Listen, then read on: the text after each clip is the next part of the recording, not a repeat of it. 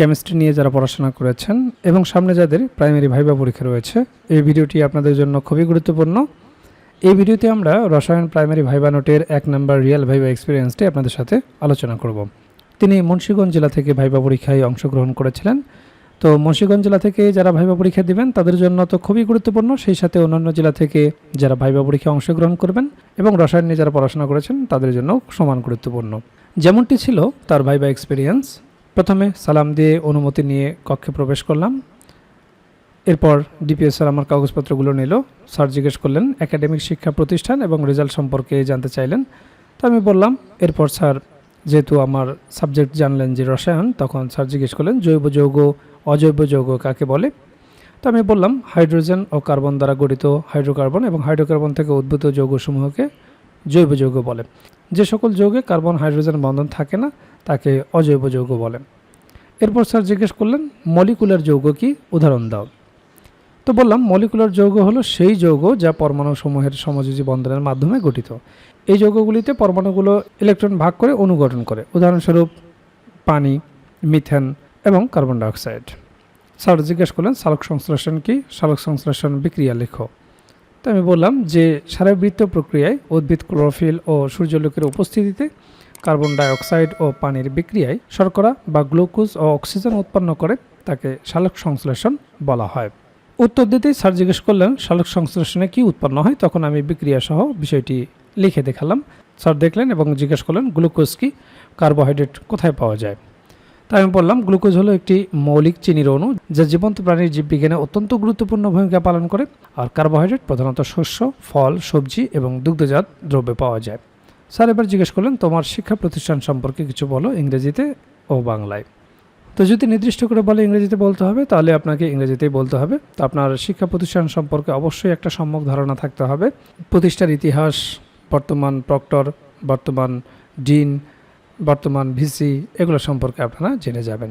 সেই সাথে নিজ প্রতিষ্ঠান সম্পর্কে বাংলা এবং ইংরেজিতে পূর্ব প্রস্তুতি নিয়ে যাবেন। এরপর স্যার জিজ্ঞেস করলেন পদ্মা সেতু সম্পর্কে কিছু বলো। তো আমি বললাম পদ্মা নদীর উপর নির্মিত পদ্মা সেতু একটি বহুমুখী সড়ক ও রেল সেতু। এটি বাংলাদেশের দীর্ঘতম সেতু। সেতুটি মুন্সিগঞ্জের মাওয়া লোহজংকে শরীয়তপুরের জাজিরা প্রান্তের সঙ্গে সংযুক্ত করেছে। এর ফলে দেশের দক্ষিণ পশ্চিম প্রান্ত উত্তর পূর্বাঞ্চলের সঙ্গে যুক্ত হয়েছে। মূল সেতুর দৈর্ঘ্য 6.15 কিলোমিটার আর অ্যাপ্রোচ সড়ক 12.117 কিলোমিটার।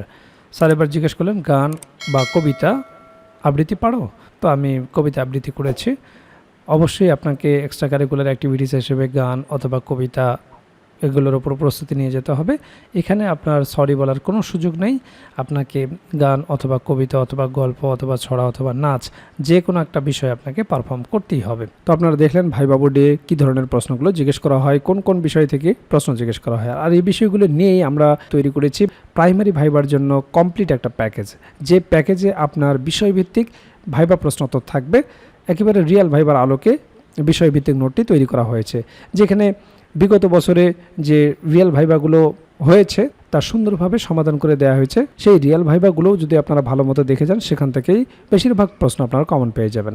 এছাড়াও আপনারা জানেন যে ডিপার্টমেন্টে আপনি ভাইবা দিতে যাবেন, সেই ডিপার্টমেন্ট সম্পর্কে অবশ্যই আপনাকে প্রশ্ন জিজ্ঞেস করতে পারে। তো সেই বিষয় সম্পর্কে একটা ভাইবা নোট থাকবে, প্রাইমারি সম্পর্কিত একটা ভাইবা নোট থাকবে। প্রাইমারি ভাইবাই অবশ্যই আপনাকে অনুবাদ জিজ্ঞেস করবে, অনুবাদের উপর একটা ভাইবা নোট থাকবে, যেগুলো প্র্যাকটিস করে গেলেই যথেষ্ট। এরপর আপনার নিজ জেলা সম্পর্কে অবশ্যই আপনাকে দু একটি প্রশ্ন জিজ্ঞেস করতে পারে। আপনার জেলা কেন বিখ্যাত, আপনার জেলা দর্শনীয় স্থান কি, আপনার জেলার নামকরণ ইতিহাস কি, বিখ্যাত খাবার কি, ভাষা ও সংস্কৃতি সম্পর্কে জিজ্ঞেস করতে পারে, মুক্তিযুদ্ধে কী অবদান রেখেছিল। নানাবিধ গুরুত্বপূর্ণ প্রশ্ন থেকে আপনাকে 2-4টি প্রশ্ন জিজ্ঞেস করতে পারে। তো সে সম্পর্কিত আপনার জেলার ওপর সুন্দর একটা সাজানো গোছানো নোট থাকবে। এছাড়াও 1947 থেকে শুরু করে বর্তমান সমসাময়িক পর্যন্ত গুরুত্বপূর্ণ বিষয়ের উপর যে সমস্ত প্রশ্নগুলো আপনাকে জিজ্ঞেস করতে পারে, সেই বিষয়গুলো নিয়ে সুন্দরভাবে সাজানো গোছানো একটা সাধারণ জ্ঞান ভাইবা নোট থাকবে। এছাড়াও আপনারা জানেন যে প্রাইমারি ভাইবা বোর্ডে বাংলা ব্যাকরণ এবং সাহিত্য অংশ থেকে বেসিক কিছু প্রশ্ন জিজ্ঞেস করে থাকে, সে বিষয়ে একটি ভাইবা নোট থাকবে। এছাড়াও গণিতের একটি বেসিক ভাইবা নোট থাকবে। আপনারা জানেন যে পাটিগণিত, বীজগণিত এবং জ্যামিতি অংশ থেকে কিছু বেসিক প্রশ্ন জিজ্ঞেস করা হয়। যেহেতু আপনি প্রাইমারির শিক্ষকতা করবেন, একেবারে বেসিক জিনিসগুলো যদি আপনি না বলতে পারেন তাহলে চাকরি পাওয়াটা আপনার জন্য দুষ্কর হয়ে যাবে। কাজেই ভাইবা পরীক্ষায় আপনি যত ভালো করবেন আপনার চাকরি পাওয়ার সম্ভাবনা তত বেড়ে যাবে। কাজেই যারা প্রাইমারি ভাইবার জন্য গুছিয়ে কার্যকর একটা প্রস্তুতি নিতে চান, আমাদের ভাইবা প্যাকেজটি দ্রুত সংগ্রহ করুন। ইতিমধ্যে অনেক প্রার্থী আমাদের কাছ থেকে ভাইবা প্রার্থী সংগ্রহ করেছেন, তারা প্রস্তুতি শুরু করে দিয়েছেন। এখনও যারা প্রস্তুতি গুছিয়ে নিতে পারেন না, স্ক্রিনে দেওয়া হোয়াটসঅ্যাপ নাম্বারে যোগাযোগ করে আমাদের কাছ থেকে প্রাইমারির এই ভাইবা প্যাকেজটি সংগ্রহ করতে পারেন। প্যাকেজটি আপনারা দুইভাবে নিতে পারবেন, আপনারা হার্ড কপি নিতে পারবেন কুরিয়ারের মাধ্যমে, এছাড়াও পিডিএফ প্যাকেজ আপনারা নিতে পারবেন। কাজেই দেরি না করে দ্রুত স্ক্রিনে দেওয়া হোয়াটসঅ্যাপ নাম্বারে যোগাযোগ করে প্যাকেজটি সংগ্রহ করুন।